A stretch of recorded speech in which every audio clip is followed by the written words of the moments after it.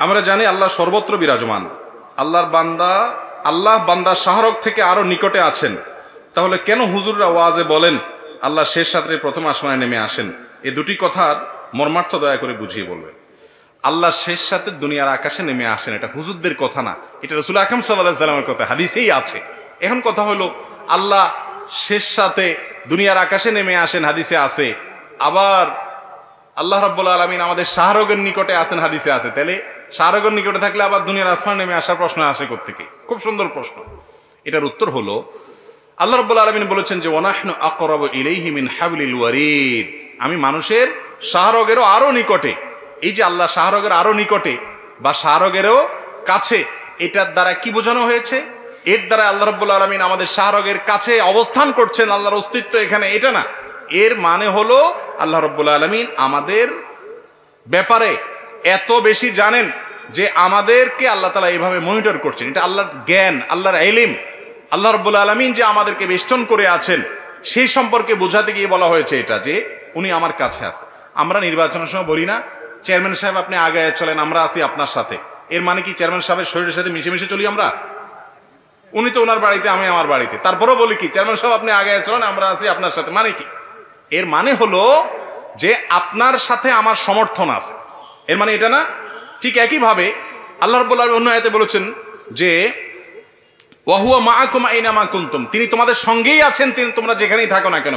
এই সঙ্গের অর্থ তাফসীর ইবনে কাসির খোলেন, অন্যান্য তাফসীর কিতাবগুলো খোলেন এবং দেখেন, আমি দেখেছি যে এইটার মূল ব্যাখ্যা হলো, আসল ব্যাখ্যা হলো যে আল্লাহ রাব্বুল আলামিন তোমাদের সাথে আছেন, মানে আল্লাহ তাআলা তোমাদেরকে দেখছেন, তোমাদেরকে মনিটর করছেন, তার অস্তিত্ব তোমাদের সাথে সাথে আছেন। ব্যাপারটা এরকম না।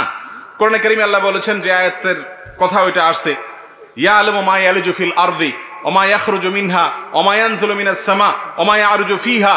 আল্লাহ রাব্বুল আলামিন জমিনে কি আছে, কি বের হয় সেখান থেকে, আসমান থেকে কি নামে, আসমানে কি উঠে, সব আল্লাহ জানেন।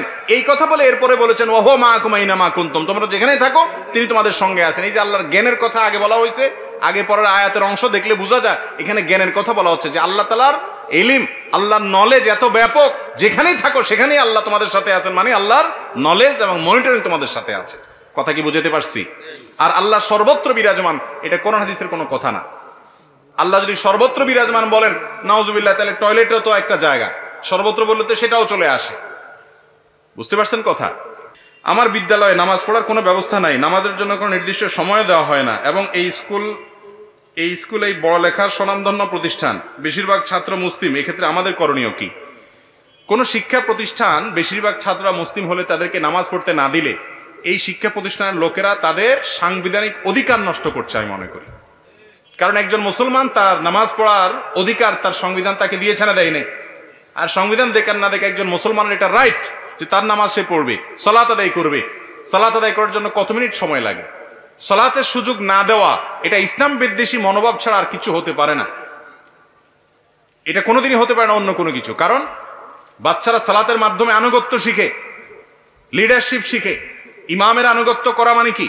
কিভাবে টিচারকে আনুগত্য করতে হবে, কিভাবে ক্যাপ্টেনকে আনুগত্য করতে হবে, কিভাবে চেইন অফ কমান্ড তার লাইফে মানতে হবে, এই সব শিক্ষা শিক্ষার্থীরা নামাজের মাধ্যমে পায়। সেখানে শিক্ষার্থীরা নামাজের মাধ্যমে যত বেশি তাদেরকে জামাতে নামাজ পড়ানো হবে, তত বেশি তারা চেইন অফ কমান্ড শিখবে, তত বেশি তারা আনুগত্য শিখবে, তারা ম্যানার্স শিখবে, তারা কমান্ড মানা শিখবে, ভালো কিছু শিখবে।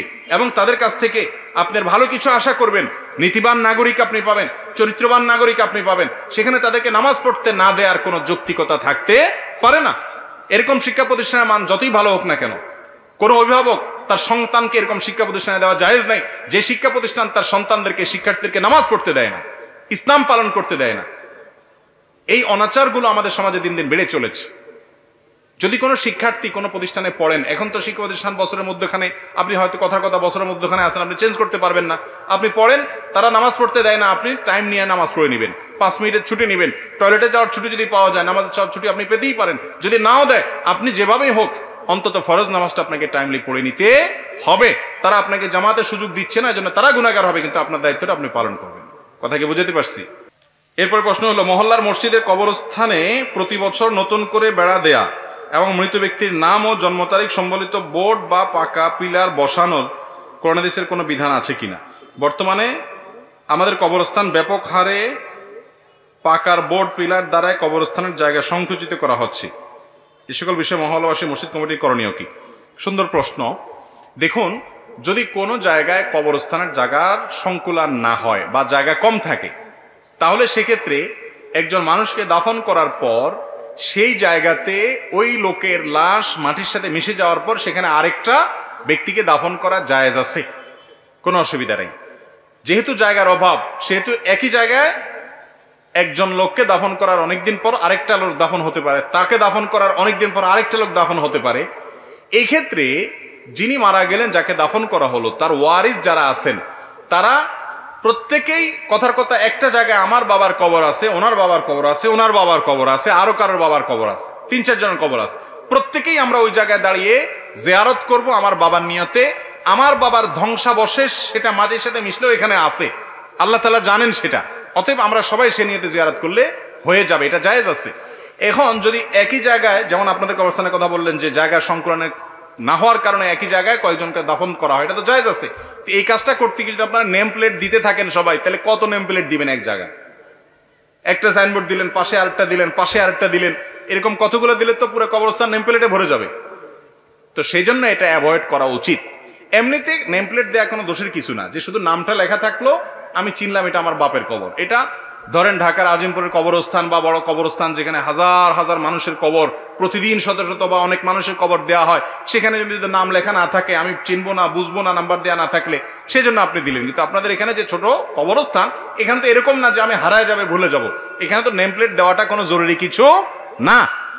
বিধায় এখানে অনেক সময় আমরা নেম প্লেট দেওয়ার ক্ষেত্রে, আল্লাহ মাফ করুক, অনেক অসৎ উদ্দেশ্য থাকে, এটা যেন না থাকে। আপনি যদি শুধু চেনার সুবিধার জন্য দেন, দিতে পারেন, কিন্তু যেখানে অনেক মানুষের কবর দিবেন এবং স্থান সংকুলন হয় না, অন্যদের অসুবিধা হয়, সেখানে নেম প্লেট দেওয়া উচিত না। কারণ আমার নেম প্লেট দেওয়াটা তো কোনো জরুরি কাজ না। এই কাজ করতে গিয়ে আমি যদি অন্য মানুষের হক নষ্ট করি, কবরস্থান ছোট হয়ে যায়, তাহলে সেক্ষেত্রে আমি এটা অন্যায় কাজ করলাম, এটুকু আমার মাথায় থাকতে হবে। আমার বাবার, আমার মার, আমার আত্মীয় যার কবরটা আছে, ওই লোকটাকে আল্লাহ জান্নাতে রাখুন, সেটার জন্য আমি দোয়া করব, অন্যরা দোয়া করবে। আমি বড় সাইনবোর্ড দিয়ে দিলে যে লোকটা আল্লাহর কাছে নাজাত পেয়ে যাবে, এমন কোনো কথা নাই। আর এই সাইনবোর্ড নাম দেওয়ার নাম করে অনেকে কবর পাকা করেন, উঁচা করেন, সেগুলো তো আরেক নিষেধ এবং গুনাহের কথা হাদিস অনুযায়ী। আল্লাহ আমাদেরকে বোঝার তৌফিক দান করুন।